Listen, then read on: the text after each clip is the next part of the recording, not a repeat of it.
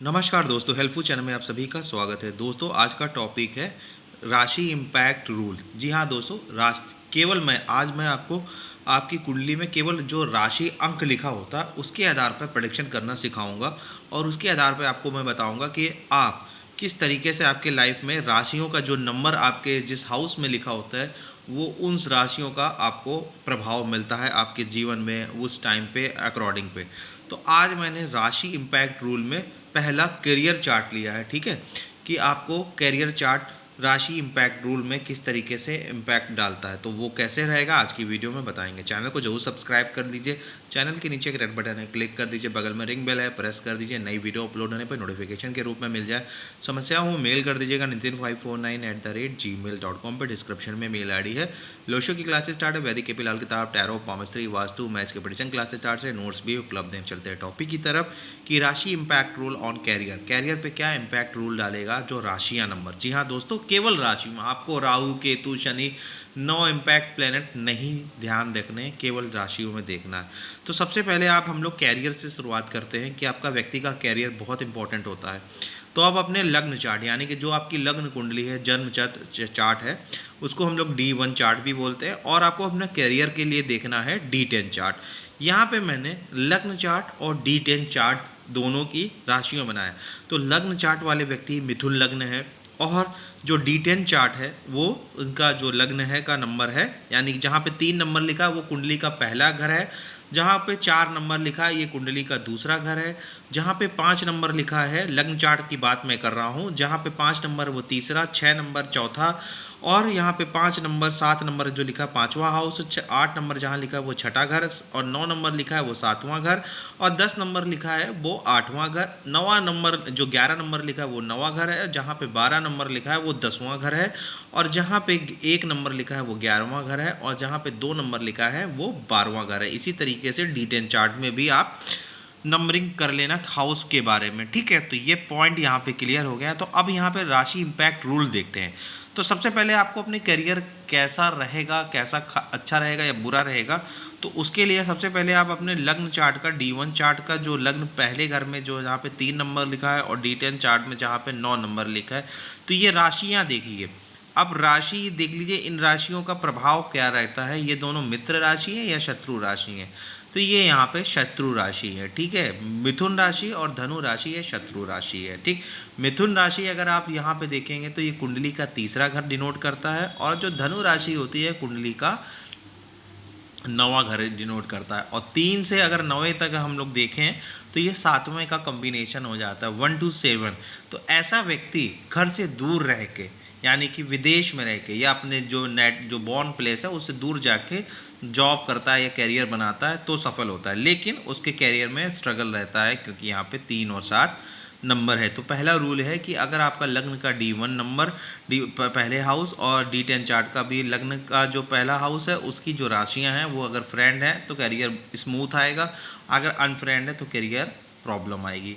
दूसरा पॉइंट अब हमें फाइनेंस पे डिपेंड करता है कि, तो यहाँ पे दूसरा पॉइंट देखें जहाँ पे 4 नंबर लिखा है लग्न कुंडली में और जहाँ D10 चार्ट में लिखा हुआ है वहाँ पे सेकंड नंबर पे सेकंड हाउस में देखिए 10 नंबर। तो 4 और 10 यानी कि कर्क राशि और मकर राशि, शनि और मकर राशि, यहाँ पे अगर हम देखें तो ये भी एक दूसरे से 7वां घर बना है। तो ऐसा व्यक्ति विदेश में जाके या घर से दूर रह के ही काम करेगा, लेकिन उसको कैरियर में उतनी स्टेबिलिटी नहीं मिलेगी क्योंकि चंद्र और शनि की होती है, ये दोनों विष योग बनता है और ये भी फ्रेंड नहीं है, ठीक है। तो अब इनकी नौकरी को देखते हैं सबसे पहले। तो यहाँ पे कुंडली का छठा घर, लग्न चार्ट में छठा घर देखते हैं। तो छठा घर में यहाँ पे क्या है, वृश्चिक राशि, मंगल की राशि, और D10 चार्ट में यहाँ पे शुक्र की राशि।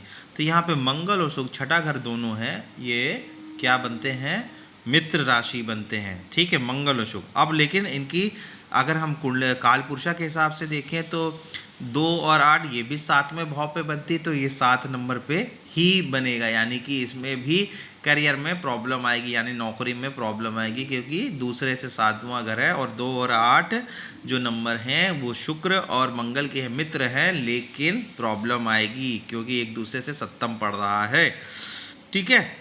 फिर इसके बाद 10th हाउस देखते हैं। तो 10th हाउस में लग्न चार्ट में मीन राशि लिखी है और यहाँ पे 10th हाउस में इनके D10 चार्ट में वर्गो कन्या राशि है। ये भी एक दूसरे से सातवें घर पर राशि पड़ती है और ये भी अमित्र राशि नहीं है, तो करियर में, नौकरी में, प्रोफेशन में उतनी प्रोग्रेस नहीं होगी। ठीक है, तो ये पहला रूल हो गया। अब दूसरा रूल है कि ये बंदा नौकरी करेगा या बिजनेस करना चाहिए। तो नौकरी या बिजनेस करने के लिए आप ये देखिए कि यहाँ पे जो लग्न चार्ट में 6th हाउस का जो लॉर्ड है और D10 चार्ट में 6th हाउस का जो लॉर्ड है वो आपस में क्या प्रभाव डालते हैं। यानी कि मंगल अष्टम भाव को डिनोट करता है, यानी कि वृश्चिक राशि जो अष्टम भाव को डिनोट करती है और जो वृषभ राशि है वो 2nd हाउस को डिनोट करती है, टॉरस राशि। ठीक है, और 2 से 7 तो मंगल और शुक्र यहाँ पे युति बनती है 2 और 7, यानी कि घर के आसपास क्षेत्र में रह के ये कमाई कर सकते हैं, वो भी व्यापार कर सकते हैं, तो इनके लिए व्यापार सूट करेगा। ठीक है, क्योंकि अगर D10 चार्ट में भी देखो तो छठे घर का जो स्वामी और 10th हाउस और 7th हाउस का भी जो लॉर्ड है वो बुध ग्रह है और शुक्र और बुध दोनों मित्र हैं, तो इनके लिए बिजनेस सुटेबल रहेगा। लग्न चार्ट में देखिए तो 6th हाउस का जो लॉर्ड है और 10th हाउस और 7th हाउस का लॉर्ड मंगल और गुरु ग्रह बनते हैं, ये दोनों मित्र हैं, तो इनके लिए बिजनेस सूट करेगा इन कंपेयर नौकरी की अपेक्षा। ठीक है, तो नौकरी जब जब ये करेंगे तो ये प्रॉब्लम आएगी। अब इनके नौकरी में कब प्रोग्रेस आएगी, कब डाउनफॉल होगा, तो रूल नंबर कैसे देखेंगे। देखिए, जब भी चंद्रमा या चंद्रमा की महादशा होगी, चंद्रमा की महादशा और मंगल की महादशा इनके लिए हमेशा लाभदायक रहेगी। और अगर D10 चार्ट में देखें शनि और शुक्र भी इनके लिए लाभदायक रहेंगे जब जब इनकी महादशा रहेगी या फिर अंतर्दशा प्रत्यांतर आएगी तो ये इनके लिए लाभदायक रहेगा। अब इनका धन का फ्लो कैसा रहेगा, देखिए 2nd हाउस में लग्न चार्ट में जो कर्क राशि जलई राशि है, तो पैसा आएगा लेकिन टिकेगा नहीं, जल की तरह बहता चला जाएगा। और अगर नौमा D10 चार्ट में देखें तो शनि है, शनि 2nd हाउस में आता है, तो मकर राशि यानी कि खूब मेहनत करके ही पैसा आएगा, पैसा आएगा लेकिन उड़ के चला जाएगा पानी की तरह। लेकिन किस तरीके से पैसा आएगा, जहाँ पे देखिए 2nd हाउस में 10 नंबर लिखा है यानी कि मकर राशि, तो मेहनत करने के बाद ही पैसा आएगा, लेकिन जो पैसा आएगा वो भी चला जाएगा क्योंकि चंद्र राशि है। ठीक है, अब यहाँ पे अगर बिजनेस में देखें तो मिथुन राशि और धनु राशि जो बनती है 7म भाव, यहाँ पे इनका जो व्यापार है वो धनु राशि यानी कि थोड़ा सा 7म भाव और यहाँ पे 10म भाव कम्युनिकेशन का होगा और विदेश से संबंधित काम होगा।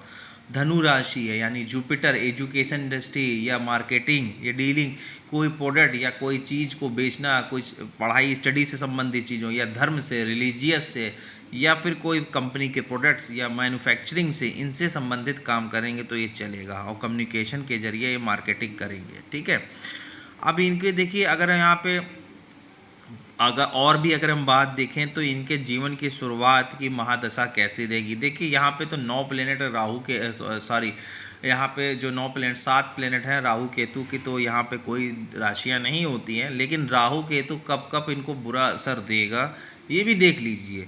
जब भी राहु केतु इनके मिथुन राशि या धनु राशि में लग्न में आएगा और यहाँ पे भी आएगा मिथुन राशि या धनु राशि में आएगा तो इनको प्रॉब्लम देगा।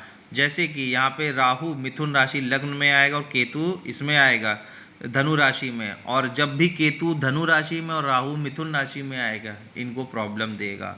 यही प्रकार अगर राहु कन्या राशि में और केतु मीन राशि में, और या फिर केतु इधर मीन राशि में और राहु उसमें कन्या राशि में आएगा तो कैरियर में प्रॉब्लम, जॉब जाएगी। यही 6th हाउस में भी देख लीजिएगा राहु केतु का प्रॉब्लम आएगा अगर इनका गोचर होता है। ठीक है, तो इस तरीके से आप ये एक प्रोसेस जान सकते हैं। कुंडली का रूल, राशि impact rule for career prediction, ये इंपॉर्टेंट है। इस तरीके से आप लोग अपने कैरियर का जज कर सकते हैं। धन्यवाद दोस्तों, हेल्पफुल चैनल को देखने के लिए प्लीज़ सब्सक्राइब द चैनल। समस्या हो तो मेल कर देगा nitin549@gmail.com पे, डिस्क्रिप्शन में मेल आईडी। धन्यवाद दोस्तों, तो हेल्पफुल चैनल को देखने के लिए।